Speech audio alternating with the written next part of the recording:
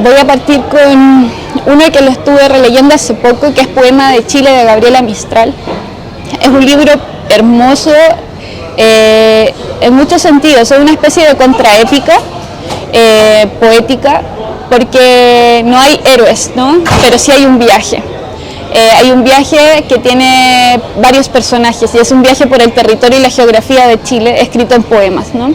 Entonces en este viaje hay un fantasma de un niño, hay un ciervo y hay una voz importante que recorre todo el libro y se va encontrando con animalitos, con montañas, con ríos, con hierbas medicinales. Y creo que a pesar de que es Gabriela Mistral y de todas las reivindicaciones que ha tenido en los últimos años, la forma en que se nos enseñó Gabriela Mistral cuando éramos niñas y niños en Chile era desde un espacio muy naif, muy ingenuo, ¿no? De mostrarnos la madre de Chile como muy conservadora. Y en realidad Gabriela Mistral tiene muchos pliegues y capas importantes que seguir rastreando. Fue una pensadora, fue una diplomática, fue alguien que a pesar del lugar donde vino, pudo viajar y vivir en el mundo en diferentes lugares y proponer su pensamiento, sus formas como también de comprender la educación, en fin. Creo que ese libro es un libro hermoso para comprender y sumergirse en la geografía, que es Chile, como tan enredada y tan desgajada también, pero al mismo tiempo poder comprender algo de su poética, que es una poética ruda igual. Tiene una sintaxis arrolladora, a veces hay palabras fuertes que son difíciles de comprender, es como si su lenguaje estuviera lleno de riscos, de piedras, ¿no? Y por eso creo que su trabajo con el lenguaje es fundamental, es muy importante. Así que, Poema de Chile de Gabriela Mistral, uno. El segundo es más bien una carta que es la carta a las escritoras del tercer mundo de Gloria Anzaldúa. Es una carta que siempre leo cuando me siento desanimada, cuando digo ¿qué estoy haciendo? ¿Por qué me dediqué a esto? Bueno, vuelvo a esa carta porque es una carta amorosa, política, afectiva, de decir como no estás sola. Somos muchas las escritoras que estamos en condiciones muy precarias, que venimos de lugares muy difíciles, donde nuestras familias no se pudieron dedicar a esto, y a pesar de que estamos trabajando todo el tiempo, haciendo muchas cosas mientras escribimos, hay que seguir haciéndolo. Y a la vez cita a muchas otras escritoras que estuvieron en ese rumbo.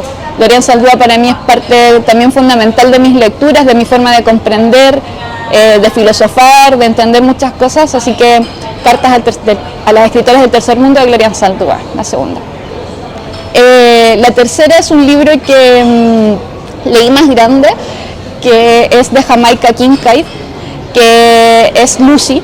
Es un libro también para mí fundamental para entender la forma de escritura que requiere como la narrativa.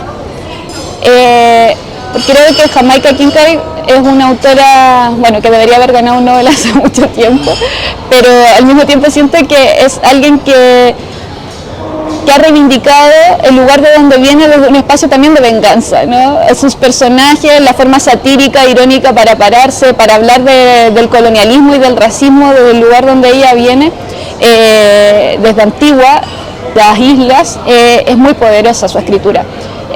La forma en que relata las historias familiares, cómo se va metiendo de un relato a otro para crear una atmósfera, para crear una sintonía con su territorio y mostrarnos justamente el despojo de ese territorio, el desraizamiento, viajar a otras ciudades, evidenciar el racismo también desde el humor. Creo que tiene una prosa política muy importante que quienes crecemos en espacios que quizás también tratamos de descolonizarnos permanentemente, es un libro al que hay que ir. Toda su obra, pero principalmente Lucy es un libro divertido y que, creo que es rápido de leer también. Voy a ir a un libro de poesía que se llama Los Gemidos, de Pablo de Roca. Pablo de Roca es uno de mis poetas favoritos en Chile. Fue como uno de los poetas que leí que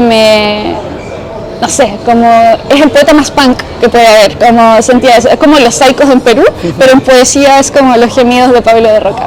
Entonces, claro, lo leí también en mi época más adolescente, no podía creer que eso era poesía, como que había venido de leer varios otros poetas de otros países, los poetas malditos, no sé qué, venía como de todo eso, hasta que me encuentro con Pablo de Roca y digo, ¿qué es esto? Y es un lenguaje, como lo diría él, colosal, ¿no? Es algo así como exagerado, como con una prosa que a rato suena agresiva, a rato suena como divertida.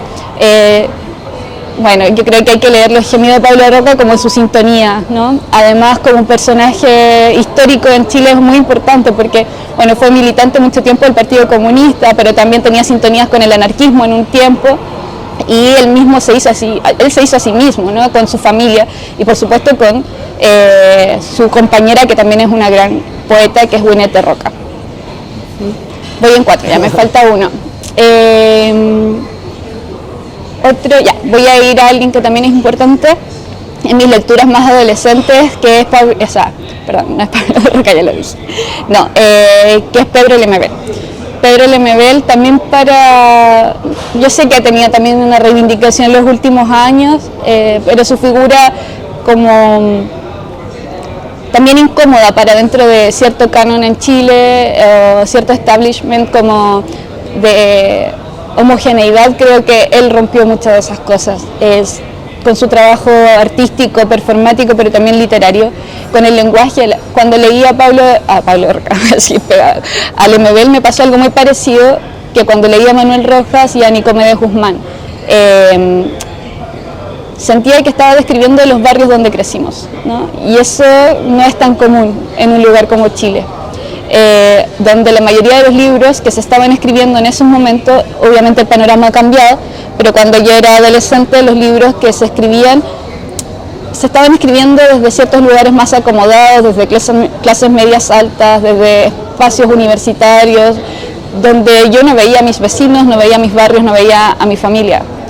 Pero Lemebel sí estaba escribiendo de esos barrios y estaba escribiendo desde las periferias, estaba escribiendo desde un lugar marginal que reivindicaba, ¿no? Estaba escribiendo desde las disidencias sexuales, estaba escribiendo de un mundo erotizado que sentía placer, un mundo que también reivindicaba su clase y sentía orgullo de la clase a la que pertenecía. Y creo que un poco todos estos libros de los que he hablado tienen eso en común. Uno podría decir, como decía Reinaga, el orgullo indio. Bueno, yo creo que estos libros tienen como un cierto orgullo del lugar en el que ocupan en el mundo cada uno, y son libros que sí, a pesar de que no son explícitamente políticos, sí están atravesados por ese eje.